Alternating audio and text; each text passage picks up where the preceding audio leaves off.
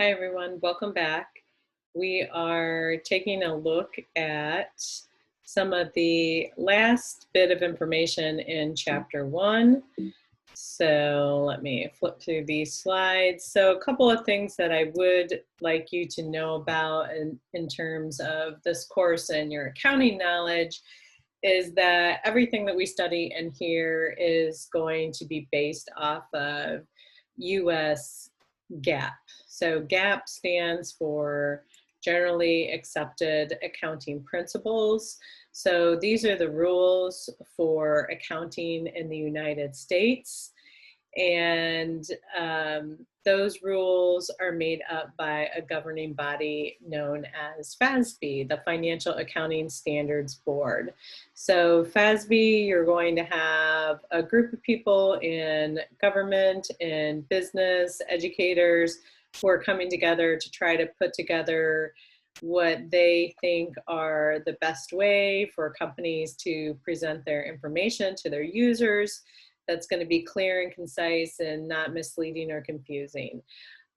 So they are governed by the Security and Exchange Commission within the US. But that is what United States corporations are going to follow, is going to be US GAAP. So generally accepted accounting principles. Everything that gets presented in this class will be based off of US GAAP. The rest of the world is doing something a little bit different. They are governed by another board called IASB, International Accounting Standards Board, and they're using what's known as IFRS. So the International Financial Reporting Standards is what is used internationally. Once upon a time, the US said that they were going to go to IFRS. So many companies are making that switch to IFRS instead of using US GAAP, and that is acceptable.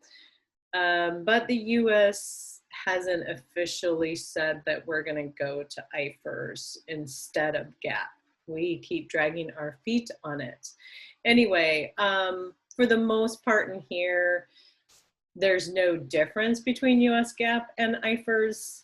I will point out when there is a difference, but for this class, there's hardly any difference between what is US GAAP and IFRS. So rest of the world, a little bit different than us, but for the principles purposes, there's not much that's different.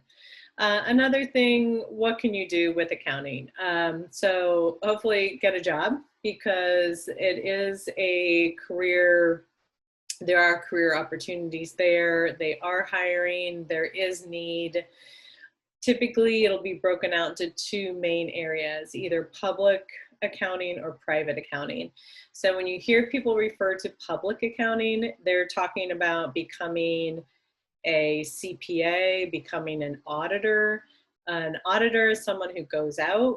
You are going to work for an accounting firm. That firm reviews other companies' financial statements.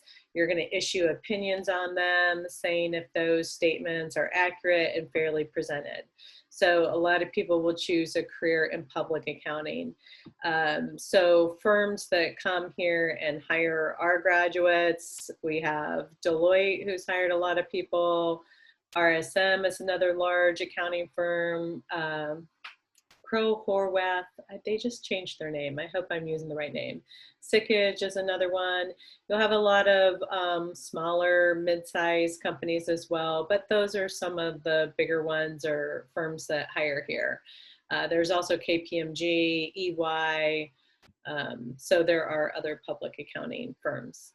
Private accounting, when you hear someone say private accounting or managerial accounting, that just means that they're going and working for a business in an accounting role. So you could go into any business and work there as an accountant because they need financial information. So, you know, that could be anywhere as far as companies that hire here at Western. Obviously, we've placed a lot of people with Caterpillar and John Deere. Those are some big employers. Other big employers would be someone like ADM. But there are lots of opportunities in private accounting. These next couple of slides go on to talk a little bit about what auditors are and what they do. this is what a report from an auditor looks like. It doesn't say a whole lot, but you do a whole lot of work to be able to issue this statement saying that the statements of a company look good. And I think that's it for this section. Hopefully sometime during the semester, we're going to get some alumni and some grad students in talking about internships that they've done in various fields. It's pretty impressive what they'll do while they're in college. And yes, all accounting internships pay. Very rarely have we had anyone do it without pay, and typically they pay very well. You'll go in, you'll be doing what they would expect first-year accountants to do. That might scare some people. They know that they're going to have to train you on their systems, but they're expecting you to have this general base of knowledge about accounting. So really, if you do really well in principles in 201, you are in excellent shape to get going on your career. But before most people can do an internship, they want you to have had upper level classes, which would be that first intermediate, 341, 351. So keep that in mind.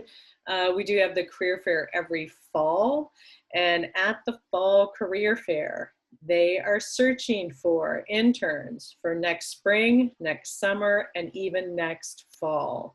So it's never too early to get started to start making those contacts.